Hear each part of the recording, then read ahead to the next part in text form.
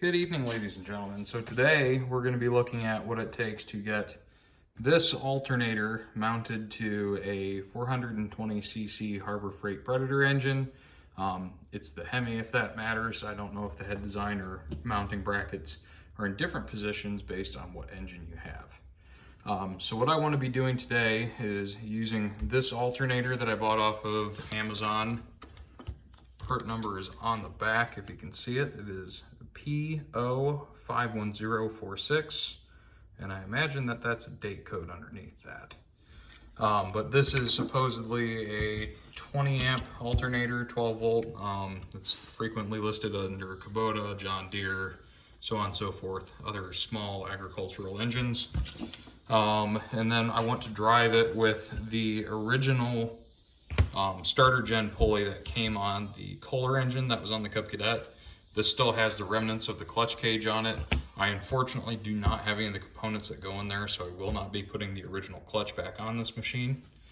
And then two custom fabricated brackets that attach to the side and the front of the engine to help hold that alternator. And then a 37-inch 3/8 V-belt. So really quick, we're gonna go through some of the dimensions on these brackets. Keep in mind, I didn't make these from dimension drawings or anything like that. I did all the welding in place on the engine and drilled the holes before I went ahead and welded and tacked and then welded them in place. So these are all gonna be rough measurements just to give you an idea of how much material that you'd need to make these. So to start off with, these two holes here, they use 6mm bolts to go into the side of the block. And if we take a look here, so the holes vertically are about 3.5 inches apart. And then they're off plane by about 1.1 inches. And if you can see, just kind of lining up a straight edge here, that both of these holes are in line with each other. And then from the position of the holes forward, we're about 5 5/8 inches forward to where I have this plate and hole there. This ends up being the back side of the alternator mount. Alrighty, so with the rear alternator bracket mounted in place, you can see that we're pinned down by a 6mm bolt that goes into the stanchion that supports the gas tank, and then one of the threaded 6mm holes that I believe used to support the starting and key panel that used to be in this position here. I took that off obviously because I'm going to relocate that to the dashboard. You can see some of the reasons for the creative geometry here. I need to be able to clear the starter with this. The function of this piece is largely just to stabilize this and prevent it from twisting, so I didn't need too much extra material here anyway. I started out with a 3/4 inch angle, so this is plenty sturdy for what I'm using it for. So then you can kind of see how that's basically making a mounting point up front of the gas tank here where I can mount the rear of the alternator to. Moving forward to the front alternator bracket, again, this is largely made out of 3/4 inch angle iron. I do have a piece of 1 inch by, I believe, 3/16 strap here that I ended up using to build a arm to mount the tensioner for the alternator. We'll get to that later. But just so you know, this is the front support for the alternator here. And then this is a part of a standard bolt hole that goes on for any sort of attachments that you'd go put on the front of the engine itself. So this should be some pretty standard dimensions here. So if we take a look, those two holes are about 3¼ inches on center. This is for two 3/8 inch bolts here. And then this also uses a 3/8 inch bolt for the mounting the alternator. And then you can see on the back side here, I have the angle chopped away. This is to clear some geometry on the front cover of the engine. And then this is also cut away here to allow clearance to let the alternator sit in there. So let's go ahead and take a look and see what this looks like mounted up. So with the bracket mounted on the front of the engine, you can see here are the two bolts in that bolt pattern on the front case that I'm using. These are 2 3/8 inch, and remember these are 3 1/4 center to center. And then over on the side here, you can kind of see where all this is headed, where this is the pocket where the bottom pivot of the alternator is going to fit in. We're just going to use a bolt to pin it in and washers to kind of space it forward and back so we can line it longitudinally with where we want it on the tractor. And then our tensioner arm goes all the way up here.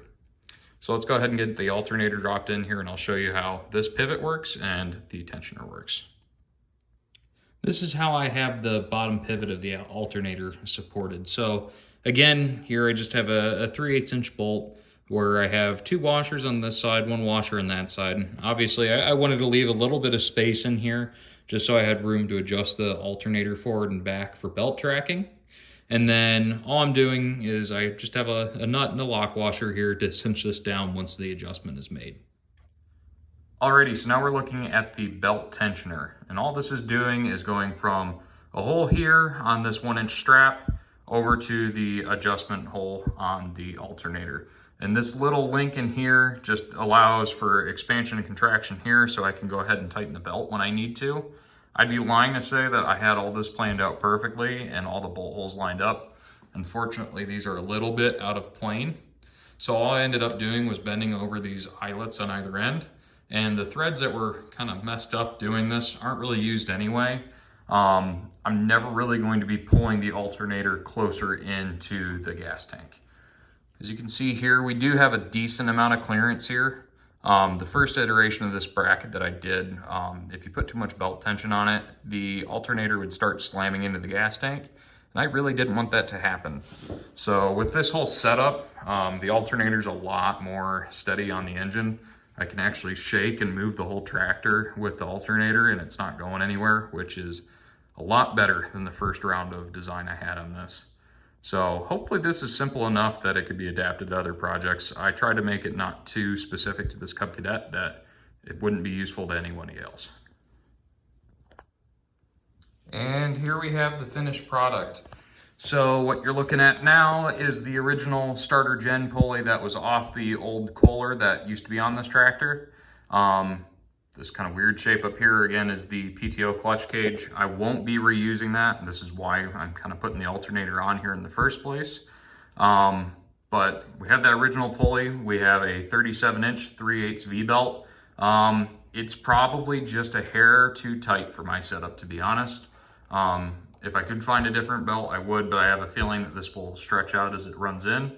And here is the part number on that. It is an L33738 by 370 by Dayco. And again, the whole reason why I'm putting the alternator on this tractor is the 2 amp field windings that these have on them is sufficient for trickle charging the battery just to run the starter. But since I don't have this clutch anymore and I don't really like the design of them from the get-go anyway, I'm going to be taking this cage off and replacing it with an electric PTO clutch. So in the future, if I want to run a mower deck or something like that, I still have something in roughly the same spot to power it with, and I could use the old mule drive that was on this mower and have a electric PTO clutch, which in my opinion is a lot safer, just because they always default to being off. If they're not energized, they will not spin the mower. The original design of the clutches on the Cub Cadets is that the default position is engaged. So if your clutch breaks, it will snap to engaged, and that is not really a safe failure mode. That's the main reason why I wanted to get rid of this. So hopefully this is useful to you all, whether or not you're repowering a Cub Cadet or not. It is a little bit of a challenge to find a spot to mount a alternator on here and not move the gas tank or anything crazy like that. That being said, I did clear a lot of space out over on the cylinder side of the engine. Originally, I did look at mounting the alternator up in this space since I wasn't utilizing it for my project. I didn't like the idea of the alternator getting all the heat from the cylinder though. So again, hopefully this is useful to you all. Please let me know if you have any feedbacks on the design at all. Again, this is pretty much a custom one-off thing. My dimensions aren't going to be 100% accurate, mostly because this was all welded into place.